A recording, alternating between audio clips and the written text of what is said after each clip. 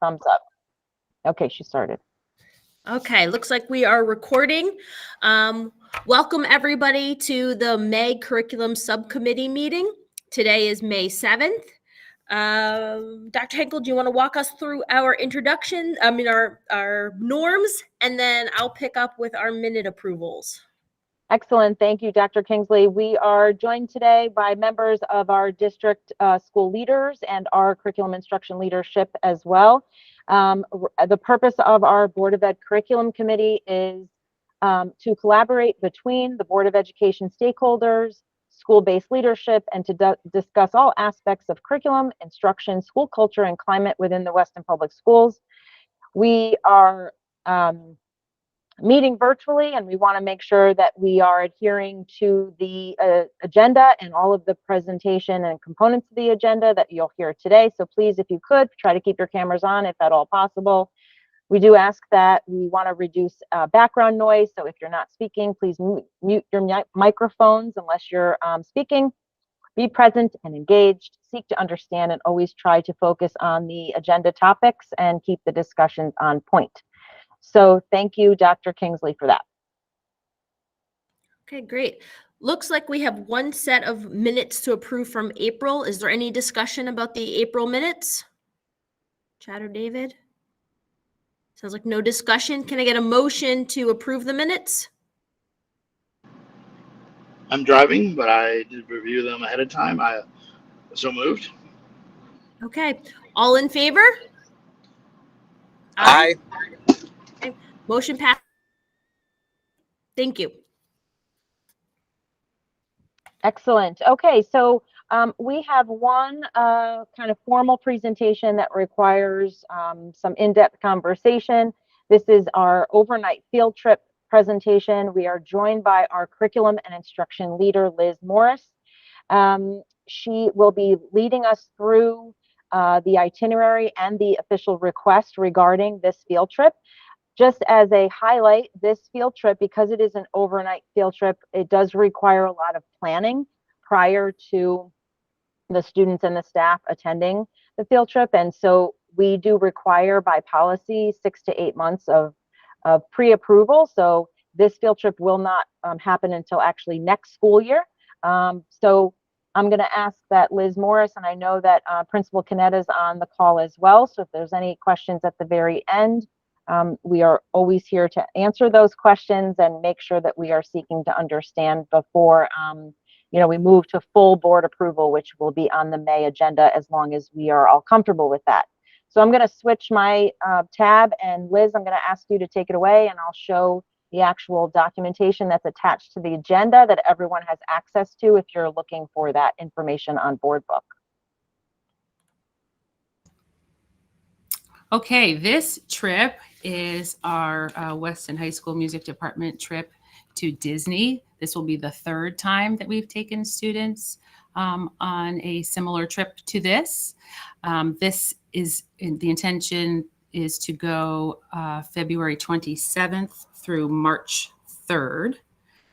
And while I'm just trying to align with what I'm saying with what you have up. And while we're there, this is what students will participate in. So there's a soundtrack session, which is they behave as recording artists. They come in, they learn a piece of music. The choir, the orchestra, and the band are each in different places. They learn a piece of music during that time with the staff there at Disney, and then they record the music, and that music is then put to a Disney animated film. So when we leave, we get a Disney animated film with us in the background playing or singing, or depending on what it is. That's a different experience than what we do here at school. We don't have that opportunity here. That is something we typically rehearse and prepare in advance of. And then this week and next week are our spring concerts, where then students perform for an audience. But we also do have that experience there at Disney as well. We're in an outdoor amphitheater. We prepare in advance different music, and then the choir, the band, and the orchestra each have a concert time at the outdoor amphitheater. And that is for people who are in Disney Springs at the time. So some of the other features are obviously Disney is one of the leading entertainment companies, and there's plenty of music and singing and dancing and acting and instruments playing, parades and whatnot in Disney. So there's plenty of performing arts exposure in the park. Oh, and that link right there, this I found interesting. That actually will take you to Disney will connects these experiences to our national core art standards. So that will, show you each of the different areas and how they're connected to each of these. These are the anchor standards, but these are how they're connected. Each thing is connected to each one of those anchor standards.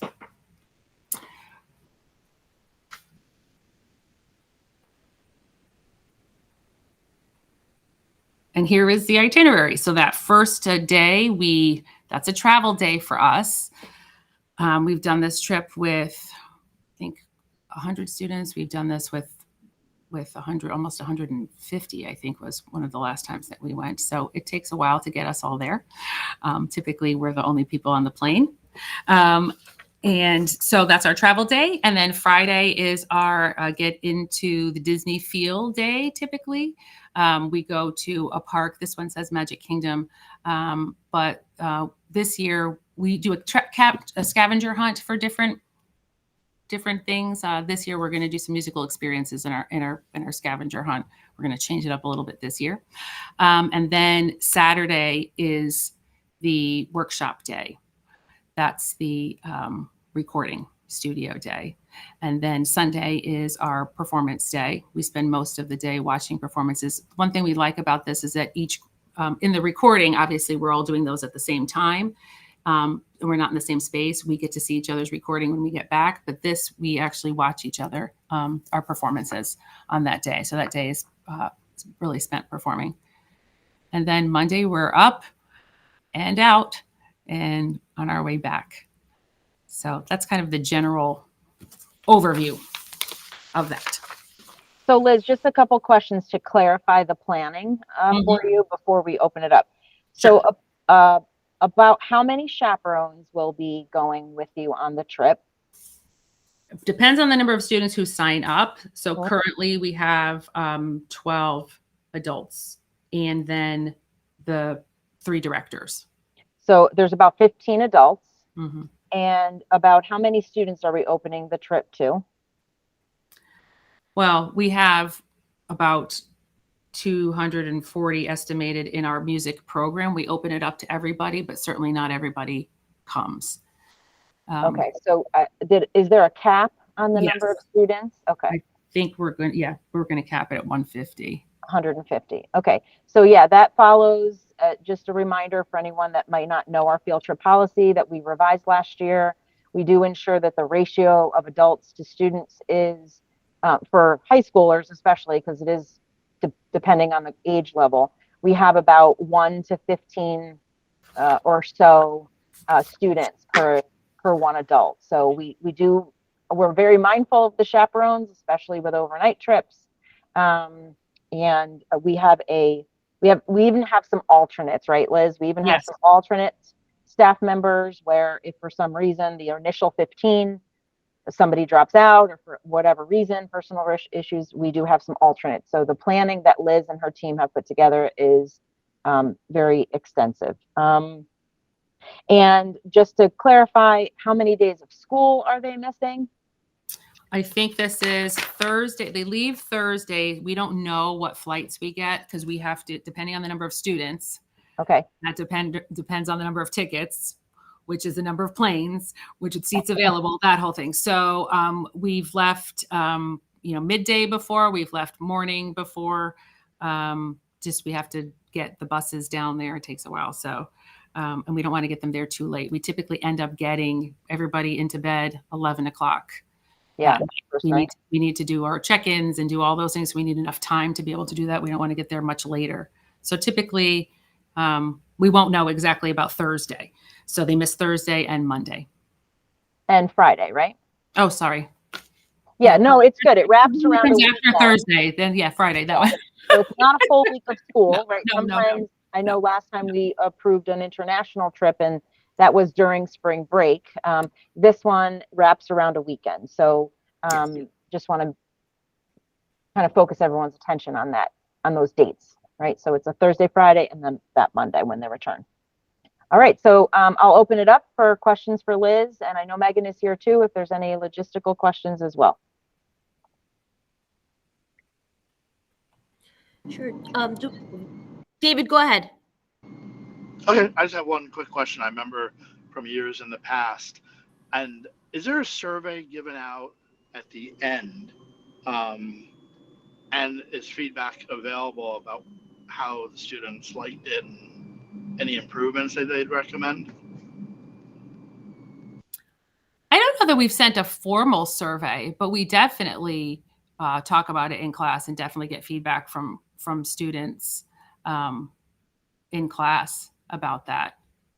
So one of the things that the students had said to us was that first day where it's kind of like a, get into the Disney mindset day. We typically spend in Magic Kingdom, but the students had said that they would rather spend that day in Hollywood Studios. And so when we were talking about putting a scavenger hunt together of musical experiences that they could have in that park, Hollywood Studios had more of those types of experiences. And so that's what we think we're going to adjust for this trip. Okay. Gather feedback and make adjustments. When was the last time you went on this trip? I think it was 2021, right? If I'm not mistaken. It's been a while, right? Yeah. Yeah, that was just the basis of my question. I'm a data kind of guy, so I always look back after we've done something, whether it's a curriculum approval, really quite frankly, anything. And I always just ask, is there any data that we can use to say it was a success? And even everything that's successful, there's always room for some minor tweaks. So it's kind of a go-to question I always ask with stuff like this. Yeah, no, it's a valid point because as you said, as we all know, there's a lot of work that goes behind the scenes to plan these trips. And if the benefit doesn't meet or exceed the planning that goes into it, we're always looking to refine or reflect on these enrichment types of activities for sure. So good point. The other feedback we got from students was one of our workshops, we had signed up late for one of the years that our approval, took longer, and we were late in getting our time slots at Disney for the workshop, for the recording workshop, and the strings workshop started at 7:15 in the morning. So the students asked that we not do that again. That was some more feedback that we got. So we're hoping we got our stuff in early. We're all approved on their end because we have to go through a whole approval process with Disney also, as well as here in the district. They have to approve our ensembles to perform in their on their stage there. And who do they perform to? Or is it in the park, like inside? So like where? No. Public. Yeah, it's public. It's at the amphitheater right at Disney Springs. It's public. Wow. Yeah, we filled up. One year we filled up standing room behind, in addition to all of the seating, standing room behind. So that's amazing. What an experience. Yeah, the kids were really excited about that. So cool. Do we get to, are you allowed to record or video or something? You are. That's so exciting. We have all kinds of video and from past years. Yeah. That's really great. We should definitely circle back and show some of that afterwards. Yes. As long as it gets approved. Mm-hmm. This sounds like an awesome opportunity for the kids. I mean, these experiences are amazing. Is there any opportunity when they get home for this to be a part of a reflection, or could they incorporate it into their portrait of the graduate or any of that other work that they do? Sure. I think students could use, this as an artifact, any sort of reflection that they did. They could certainly incorporate that in portrait of the graduate. They also, yes, we do take reflection, especially on their performances when they come back, as part of our feedback is their reflection as well. The one thing we can't do is, as much as we would like to, we can't share or broadcast the movie that they make, that they do, that we're not allowed to, like, everybody come, parents come to the auditorium. We have to sign paperwork that says we will not do that. So we do show it in the classroom to them, and other students who did not go on the trip. Also, we watch the videos, and we also show the movie as well, what they did. So I like to get everyone involved. Is there an estimated per student cost? Yep, that's on here. A double occupancy is what we're looking at, $21.70. Hmm. And that is meal. I think the only meal that's not included is the lunch. They're given money. They can go into the park. They can get their own stuff. But we ask them to if they're going to eat more, lunch in the park, then they should bring more. Bernie, can I follow up with a question? Yeah, sure. Yeah. So I'm generally very pro field trip, especially given, how we had to shutter a lot of these things during COVID. And I think it's a wonderful opportunity. So I asked both these questions just to because this is my first exposure to it. One is about cost. So piggybacking on what Bernie said, and also the other is Disney. So on the cost subject, just in terms of like inclusivity for pricing students, is this manageable for most who want to go, or is there a way to mitigate costs? And then the second question would be along the lines of, I'm sure that Disney has a sort of approach to many things, and I'm just wondering if there's another way to accomplish the same thing that maybe has more of a, for lack of a better word, like a little, less corporate kind of an approach, or is Disney really the sort of one provider for this? And then I'll just listen because I think it's brilliant and wonderful that the kids get to do this. The cost typically is not an issue for the majority. We do offer opportunities for students to do some fundraising. If we do have a student or a family that has a financial hardship, they can contact us. Our Performing Arts Booster Club has offered some scholarship money in the past to families who have, through us. We don't tell them who they are. We offer that money to them on their behalf to help as best that we can. So that is, the cost has gone up. We used to pack them 4 in a room instead of double occupancy. We had quad occupancy. And so that, is a cost increase in the past. But we have found that for the most part, the parents will pay for this experience because it's an amazing experience and they want their student to participate, those that want to go. And Liz, there's a payment plan, right? Like there's yeah. payments to help break it up along the way. Yes, and our travel company that we use for this particular trip, he is really great about breaking that up because he wants to make sure that it's manageable for people. I think he has it. The initial payment is for the deposit, and then from there, they're like $200, $250 increments from there. Yeah, and Chad, good point. Our district policy does include for field trips, if there is a hardship, as Liz mentioned, that there is some documentation in there that references that with communication, we can provide support if necessary. But that goes through our policies and kind of in collaboration with principals. So if there is a situation, an individual situation regarding hardship, we can provide support. It's outlined in the field trip policies that the parents actually get as part of their packet.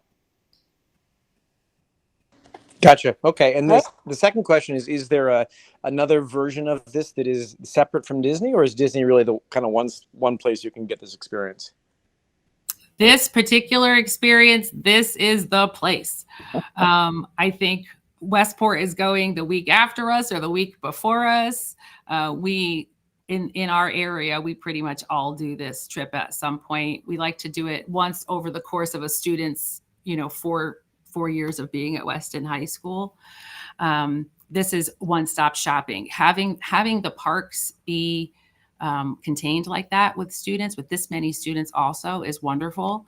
and having this many experiences, there's just no way to replicate what Disney can offer with, the musical experiences and the shows that they provide at each of the different parks. And then also the experience for our students to then work with Disney professionals on this recording experience. And they hear all about how they can come and work at Disney. That's another thing. That's a huge part of that, where the Disney professionals talk to them about how they can come and work at Disney, how they employ instrumentalists, and how they employ singers in the parks and in other areas of Disney. So it is really, Disney is the place to go for this particular experience.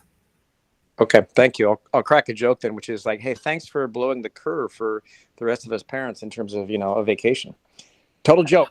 Just cracking. That sounds like a lot of fun. I want to go myself. Yeah. Right. So Bernie, do we vote here, or is just we already I don't know if it's the vote here. I forget, it's at the full board, I believe. I think right? it's at the full board meeting. Yeah. Mhm. Okay. Great. We'll make sure that it's on the agenda for May, and we'll be moving forward. So thank you guys. Thank you, Liz, for coming and kind of providing that overview. Great. Thanks so much, everybody. Bye. Have a great afternoon. You too. All right. So moving on to our next item on the agenda. We basically have there's a lot of hustle and bustle out in the schools. We're in the home stretch now of the last couple months of school. I want to thank the three principals for joining us today to give us some insight on what's happening at the school level. The first is, as many parents that are listening know, we've started state testing, Smarter Balanced, Next Generation Accountability, sorry, not Next Generation, Next Gen Science assessments. Also, SAT has been completed also. So if each principal wouldn't mind just kind of giving a status of completion, they're on different testing schedules. Each school gets to customize their own plan, although we have a specific window of open and close. Each school gets to customize their schedule within their buildings. So Megan, do you mind just giving a quick update? Sure. We'll start our NWA testing for 9th graders next week, and we'll be doing the NGSS testing May 20th. And SAT is complete, correct? SAT is complete. Yep, that was done in March, the school day test. Other PSAT tests were done in the fall. Way back Great. when. And I believe our juniors and seniors, a lot of them, or even some sophomores, are in the middle of AP testing as well, right, at the high school? Yep, we are in AP testing this week and next week. Lots going on. Lots of testing. I feel bad for the kids, but part of the process, I guess, right? So how about, I know that the middle school, Dan Dope was not able to join us today, but they're in their final week of testing this Friday. They should be concluded. Their Smarter Balanced and their NGSS assessment should be completed by the end of this week. And Patty Falber from the intermediate school. Hi. So last week, all of our students completed, or just about all of our students completed, the reading language arts part of the Smarter Balanced assessment. This week, they are finishing up math. Then next week, they will be going, 5th graders will be taking the science assessment. And 3rd and 4th will be taking a little bit of a break, and then they'll be jumping into NWEA. And then 5th grade will be following right behind them with NWA. Excellent. So, yeah, at the K2 level, because 3 through 11, they have all the state mandated assessments, such as Smarter Balanced, such as NGSS for science. But our universal screening assessments, which Megan and Patty mentioned, the NWA assessments typically happen after those. And those are the ones that K2 engages in as well, right, Laura? Yes. So next week, our NWA window opens. We also have our DIBELS assessment for foundational skills for reading, as well as the ERLA. So all of those coming up in the next few weeks. Right. Our hope is to have all assessments completed by the end of May. and that will help support our end of year presentation that we all do in June, looking at our progress and providing an update to the board. So that is our goal, is to have all, if not most, assessment data and progress for all students and subgroup students as well for our June presentation. So we're underway, and yeah, it'll be a great kind of close to the school year. Some of that information might also come during our June meeting at the subcommittee meeting. Remember, our final June subcommittee meeting is the first or second week in June. I believe it's June 7th. Help me out. And that's an in-person meeting with our curriculum and instruction leaders, and they'll provide an update with all of us around some of their achievements this school year. So that will be an engaging and interactive presentation. And it's really exciting that it's going to be live and in person this time. So we're going to flip the script a little bit. The next update we wanted to highlight here was some of our Earth Day celebrations that happened at the end of April out in the schools. And we can start with Megan if you wanted to just give a brief highlight. The schools were really engaged in Earth Day activities, and I wanted to give a shout out to all of them and all the staff that coordinated some of those activities with students.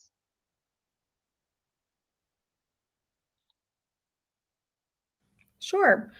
So we had an assembly where we had a representative from the Housatonic Resource Recovery Authority who spoke about recycling, where our garbage goes, composting, the composting initiative in schools during our PACT. So we had a longer PACT assembly. It was about 45 minutes for our 10th through 12th graders. And then the WHS Green Team. And thanks to Mike Aikenhead, one of our science teachers, for coordinating that with the Housatonic Resource Recovery Authority. And then we also have two teachers, Andy George and Mike Aikenhead, who co-advised the Green Team, and members of our Green Team attended the Green on the Green event to raise awareness of their sustainability projects. And as always, our sustainability class, which we all love, is continuing their efforts and their work on our sustainable gardening. Our pollinator garden the construction of that is well underway in our Newton courtyard as well. And they also participated in that tree plenish, plantings and sapling trees were planted throughout the community. Great. Thanks for that update, Megan. And for the middle school, some of similar activities were designed by the Green Team at the middle school, specifically our 6th graders. They attended a presentation by Seth Berg to celebrate Earth and Arbor Day. And they too got to celebrate by planting a tree and taking some trees home to plant at home as well, or a plant. Our Green Teams are really, really awesome in Weston. They are leading the charge around all things sustainability, all things green related, anything related to Earth Day celebrations as well. And we have staff members out in the schools that have really been helping us facilitate and coordinate these activities for students. Specifically at the middle school, their Green Team sold reusable utensils to help decrease the amount of plastic at the middle school. And they also attended Green on the Green, which was, Megan talked about that, I believe, with some of their high school activities, and they coordinated that event down. They worked with some of the other Green Teams as well throughout the district. So they also hosted a table, an arts and crafts table during that event. And then they also wanted to make sure I provided a huge thanks to the community for supporting the reusable utensil project. They had over 50 sets that were sold at the middle school, and the proceeds went towards Chartwells to offset the cost of recyclable utensils as part of Maddie Bloom's work, who is a student in Project Challenge. So that was really exciting too, how we're incorporating some of these activities with some of the student projects that are happening. And then Patty and Laura, I think you're going to talk a little bit about some of those similar activities that your Green Teams kind of coordinated as well, right? Patty, do you want to start? Sure, I can start. So we started out on Earth Day on that morning with a wonderful video put together by Shelly Reines and John Bisegli, who is really spearheading our Green Team, and really talking about where Earth Day came from, talking about the overview of the Earth, with all the pollution and the foundation of EPA in 1970. And so the kids got an overview of where this came from and why it was so important. And then we had assemblies for each one of the grade levels. We had Alice Ely, who is a Weston resident, a master gardener, and is a Monarch Watch conservation specialist. So she talked to the students about the monarch butterfly and about how they travel back and forth and how they really decreased significantly over the years, and how we can help try to bring them back really by growing milkweed. She did a wonderful touch table so the kids could see, talked about how they grew and the butterflies grow. And then John Bisegli and his team had been growing some milkweed from seeds. And so they showed those. They were about couple of inches high, and then actually they were planting them in the courtyard, and this morning actually where they've gotten much higher so that we can be part of that pathway, that pollinator, sort of a pollinator pathway, but for monarch butterflies. Our green team also participated at the Green on Green event on that Friday after Earth Day, and to try to share about what we've been doing at our school with the composting. And also we were selling our reusable bags that are really earth friendly. We actually have one left. We've sold over 100 of them. And the proceeds for those bags are going to be going back into our garden. So we'll be buying some planters, maybe buying some plants to sort of refurbish some of the plants that we've lost over the winter. So lots of good things going on here. Thanks, Patty. They're really cute bags too. They're great. Yes. Laura? Thank you. Yes. So what we do sounds very similar to the other schools. We do it at a very basic level to get the students some information on how to care for our Earth. So we had an Earth Day assembly in combination with our PBIS committee. We always like to tie our activities and initiatives to our motto, be safe, kind, and responsible, and focusing on how we can be kind and responsible to our Earth and how we can take care of it.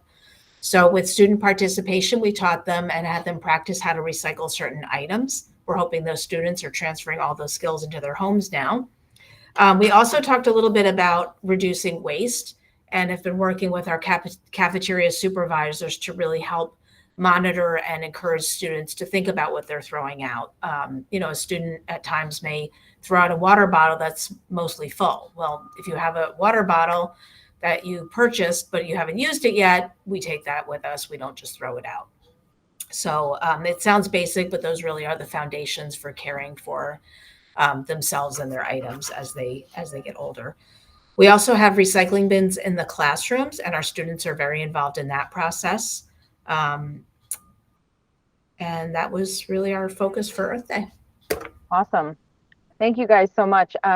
As you can see, I know we were highlighting Earth Day, but our green teams are always doing activities to give back and celebrate sustainability and the importance of sustainability and reusable energy and aspects of learning that are related to all aspects of Earth Day every day, right?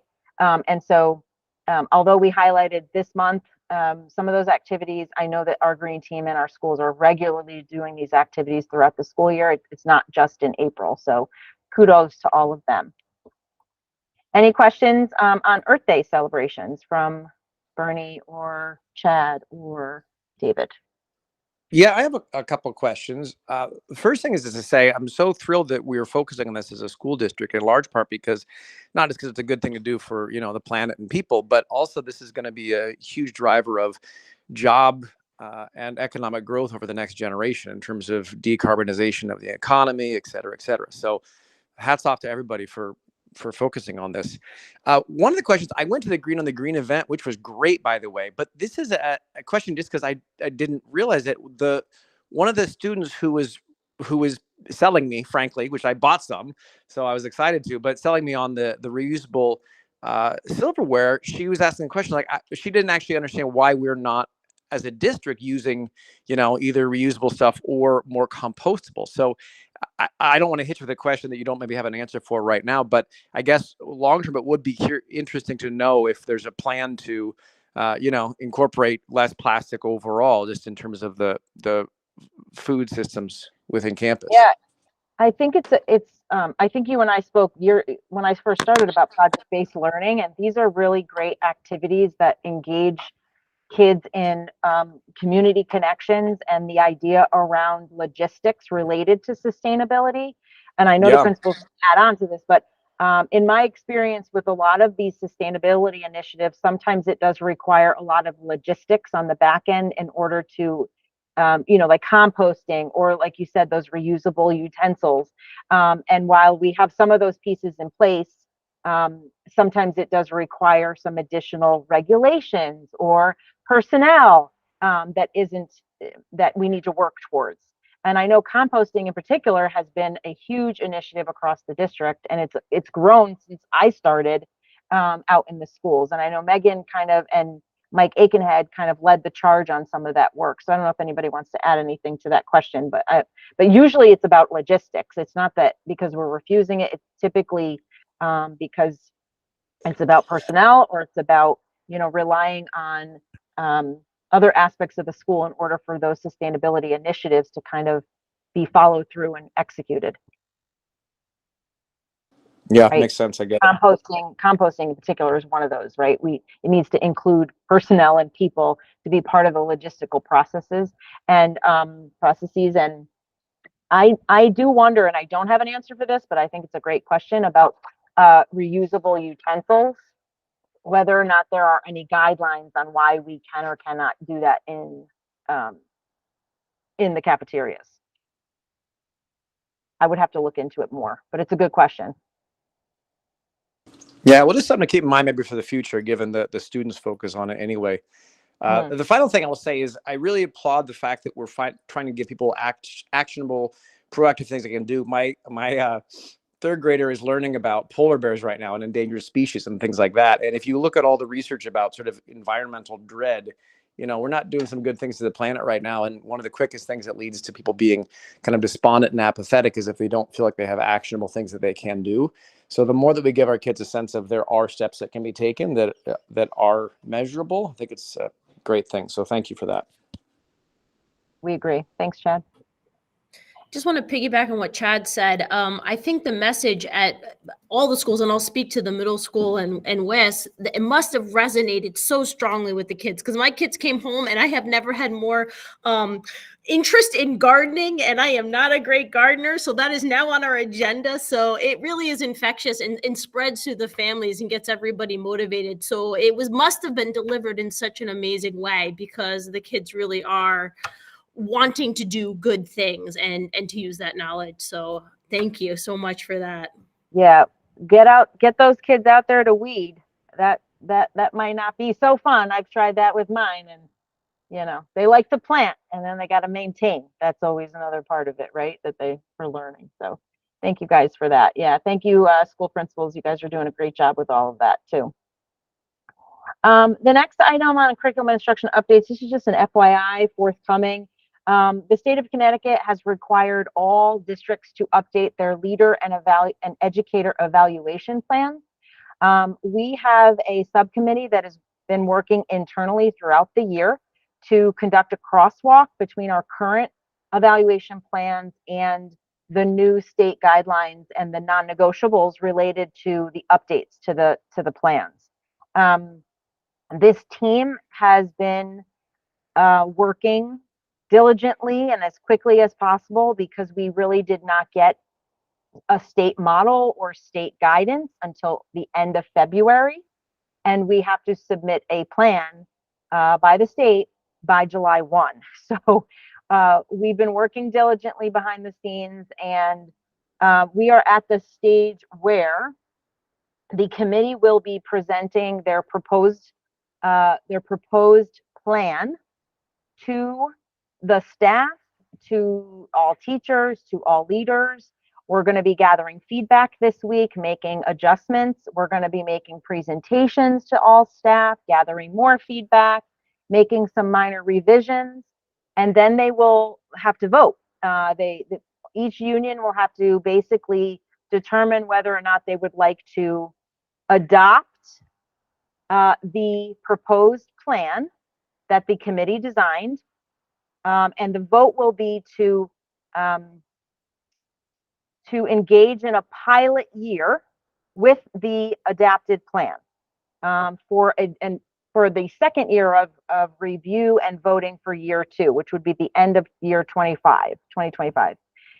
If the vote does not go through, the choice is to either vote to approve the adjusted plan or the adapted plan for a 1-year pilot with a final vote at the end of next school year, or you have to adopt the state plan as it sits, right? So those are the two options.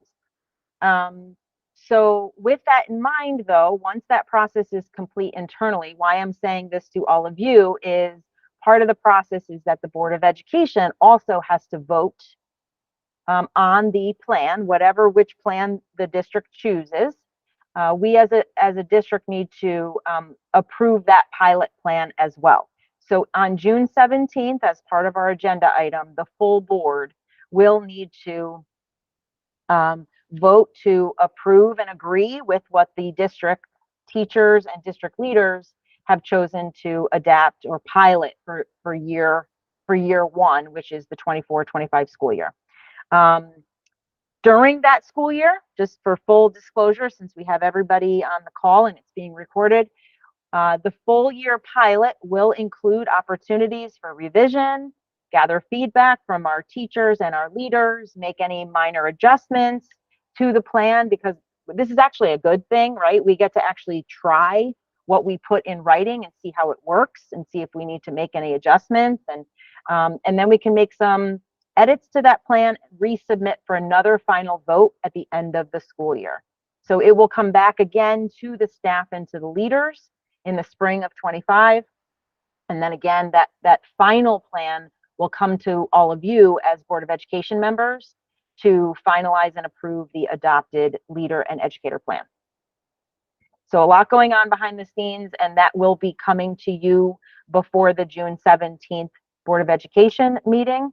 And we'll give you hopefully enough time to actually review that document before you vote on it. Okay, questions on Tina, that? Yeah, just to clarify, Tina, so is this ultimately Sure. like a kind of a yes/no vote that we'll be asked to make, meaning like yes, do this thing or don't, or we'll be voting between different options, meaning like I don't know if there are multiple ways to accomplish this or not. Great question. So the first vote, which is the pilot vote, is to, we're basically voting yes or no. Leaders and teachers are voting yes or no to adopt the revised plan based off the state plan. If they vote no, then it reverts back to the state plan. And the vote that they're executing is to pilot that adapted plan for 1 year with revisions to go back for full voting in 2025. Does that answer the question? It's a little difficult. But yeah, we're voting yes to either take the adjusted plan that the team designed for a 1-year pilot.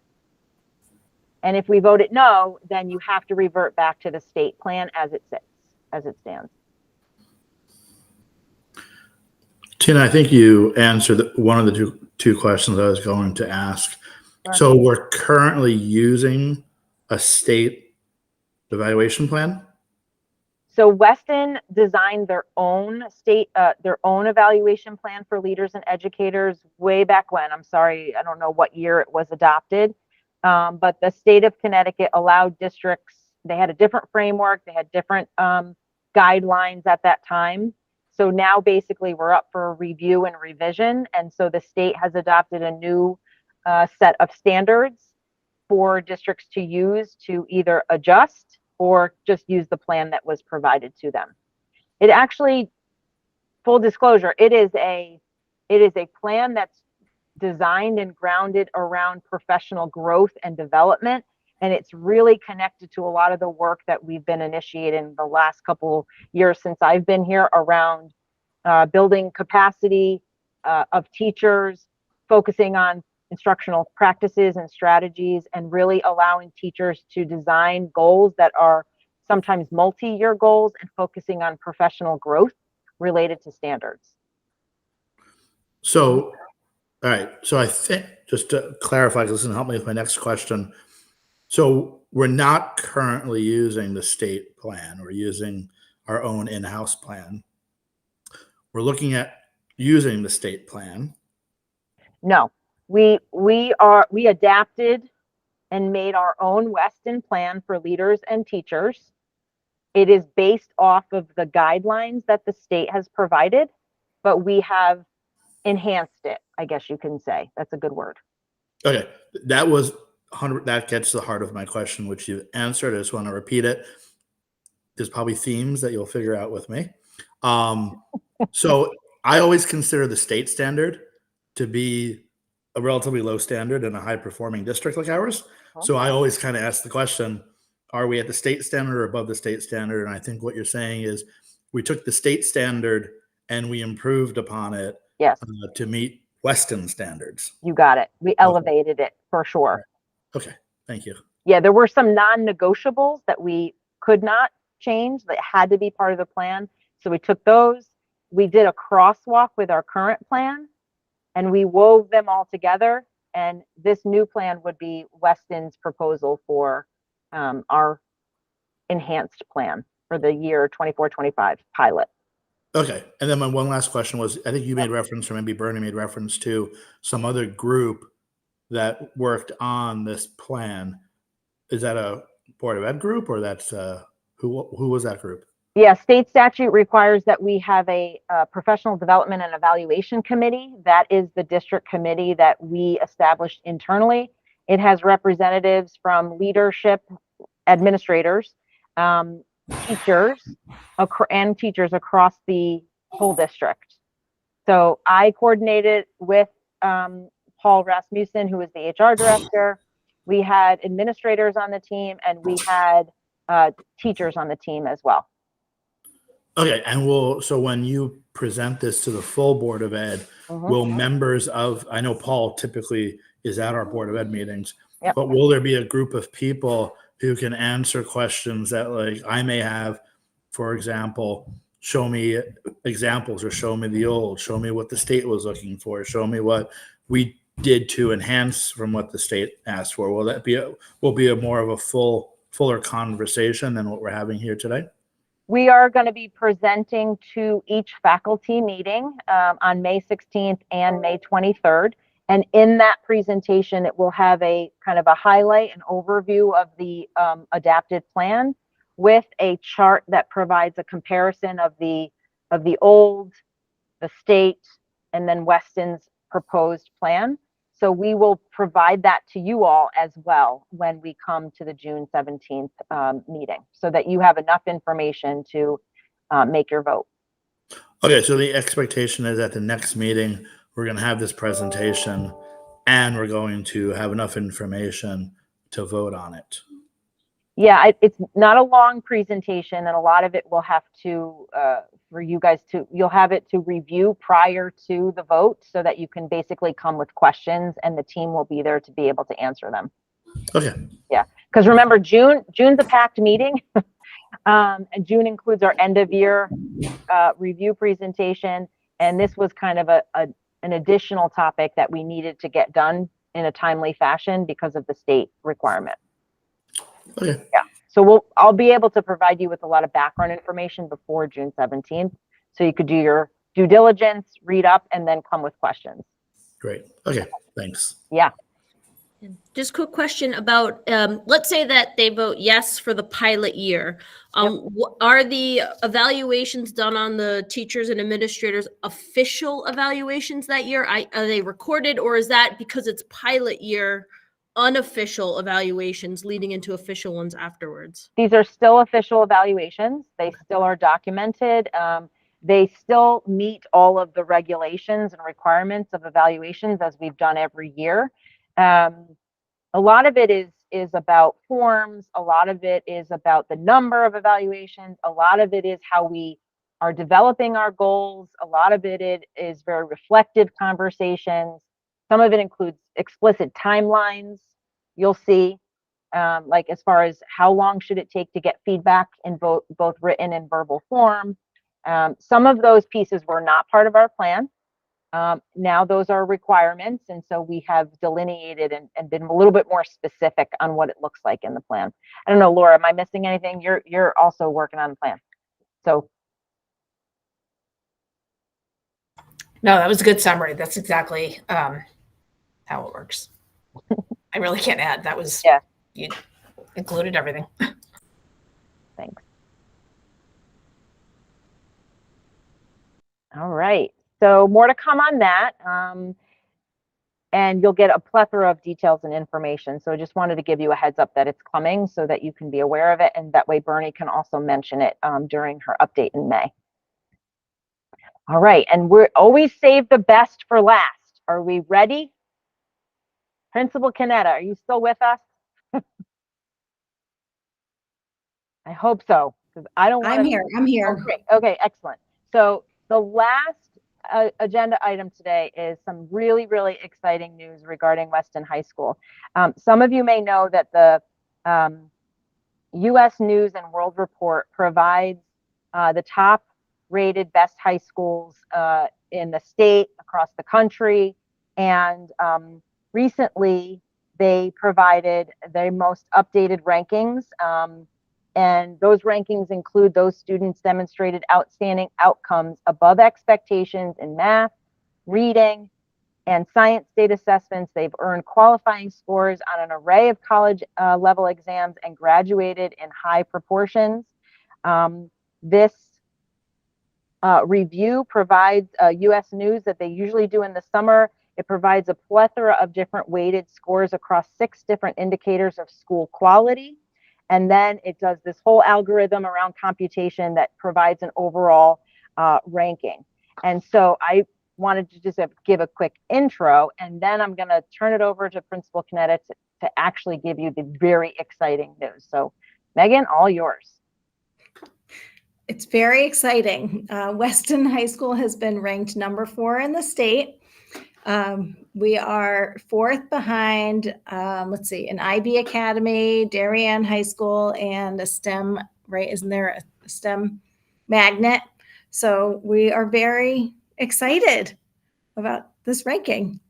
There are all sorts of factors, as Tina mentioned, that come into play. The number of students who have an AP or IB, we don't have IB at Weston High School, but an AP or even like a dual enrollment course experience. And then based on those numbers, also the number of students, who scored with high proficiency on those tests out of our 12th graders. So it's very exciting. Kids have a lot of great opportunities and everyone is performing really well.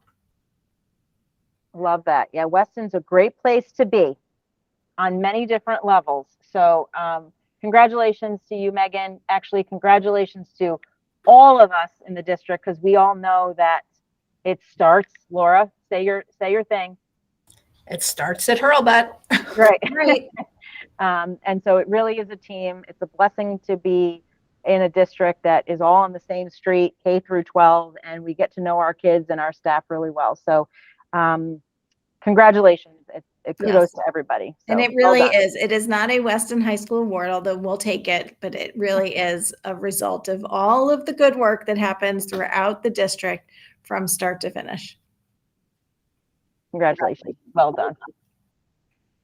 Yeah, so I did put the link in the agenda if anyone out there is eager to kind of dive a little deeper into those different components and how the rankings are developed, and look at other school rankings. Like Megan said, you see the national rankings and then the Connecticut rankings, and then where we fall within the Bridgeport metropolitan area and then within STEM high schools. So really, really exciting stuff. And I know that we improved from last year.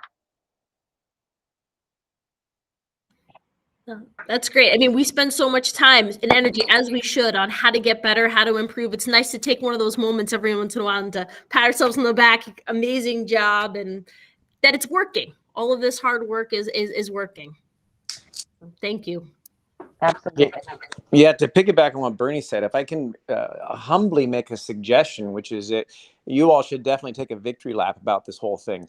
Lord knows that in school board meetings, we spend plenty of time on the, more challenging pieces of information and news and things like that. But this is a real feather in the cap of the district. And not just that, but there's so much hand wringing about ratings and things like that when they, are going in a negative direction that we certainly should be all too eager to, or sorry, we should be very eager to toot our own horns in this, because you all have done amazing work to achieve this. So as one concrete thing, it may be worth, Tina, at a meeting when this gets shared with the broader public, kind of walking through what some of those criteria are that allowed us to have this really fabulous ranking. And this also dovetails a bit with a conversation I was trying to advance last fall about when we think about our district improvement plan, what are the things we're measuring? I mean, I think this probably fits in the very beginning of that deck, meaning this is how our district is doing. So fabulous job, and, keep it up. Thanks, Chad. Yeah, I would say we're very excited, and we're also pairing this news, with understanding the stress and pressures that come in student performance in a high performing district, right? So much of these measures come from performance on standardized tests and performance on AP testing here at the high school. So we also want to temper our excitement with the understanding that there is a right schedule and everyone knows I'm like a broken record sometimes, but there's, the right schedule and the right courses for every student. So we want to also make sure we're having, balanced expectations for all as well. Hear, hear. Thanks, Megan. Absolutely.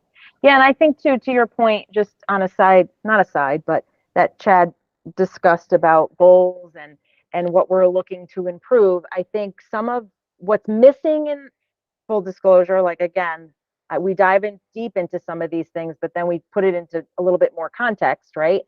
Our next generation accountability system provides a more holistic view around the educational experience, which this doesn't, right? Megan really talked about like the emphasis on assessment data, right? And that's really what that holds true here. Not that we're discounting this, it's wonderful news. But when we think about the whole child and the whole experience and the whole system, we are more than just test scores. And that is also, to your point, Chad, like how were we highlighting and celebrating those aspects that may be absent in these types of rankings? Yeah, I completely agree. I think it's a profoundly important story, and it's very easy to overweight test scores and everything. And the point is simply like, great job. And to the extent that this is a victory lap that should be taken, yeah, yes, but also to your point, there's just one measurement of things, and we have to keep people focused on all the different ways that our students are thriving, not just these, quantitative assessments. Absolutely. Megan, do you want to say something? No, we are super excited. It's really nice to be ranked fourth, right? All of the above. It's just, I always just worry, the expectations we have sometimes on our students as they go through high school is the expectation that I have to take an AP course, or that I have to do this, or I'm not going to be successful unless. So I always want to make sure that we have a balanced approach. We are super fortunate to be in Weston. We are super fortunate for the teachers and students we have and the programs we have. So I just, I always, when we share rankings like this that are very much based on those college level test scores, I just want to make sure that we have a balanced approach to it. And as Tina said, those next generation accountability standards have additional factors that also help us to focus, on the type of instruction that we have in class. I just spoke with the PTO today about kind of our process writing, goals for next year in our classrooms. And those are the things that we really want to focus on in the good work that happens in our classrooms. Agreed. Thank you. So, Bernie, that concludes my agenda for today. Just one minor mention again is that our next meeting will be in June, and it is an in-person meeting. It is an opportunity to celebrate all of the great accomplishments throughout the district in all departments, and who will be leading those conversations will be our curriculum and instruction leaders. And so that is our academic year in review. We'll be holding it at WIS and Patty's, Principal Falber's school in room 118. All are welcome. And we hope to engage in some interactive activities as well in that meeting, a little different than what we typically do in a virtual screen. So we're excited to be in person and present for that last meeting. That sounds great. Chatter, David, any closing comments or thoughts? Just one procedural one. I think it's worthwhile mentioning to people. The in-person is not going to be broadcasted. I don't believe we don't have an obligation to do it. And I think the technical ability to set it up. So if it's, I think we are going to try to do it like we did at the board with the board meetings. Dan's we going can to get the camera from Dan. Yeah. Yep. I think Dan Oh. and I are going to work it out. So we've got that that thing in the middle. The owl cam. Thank you. Thank you. I knew you would know Perfect. what it was, David. Yeah. Yeah. So, and then we'll record it, and then we'll be able to post our presentation so people can see it as well. Perfect. Okay. Even better. Okay. Great. Hey, if nothing else, can I have a motion to adjourn? So moved. All right, that's it, everyone. We'll see you at the board meeting in a week. Thanks, everyone. Two of them. Hey.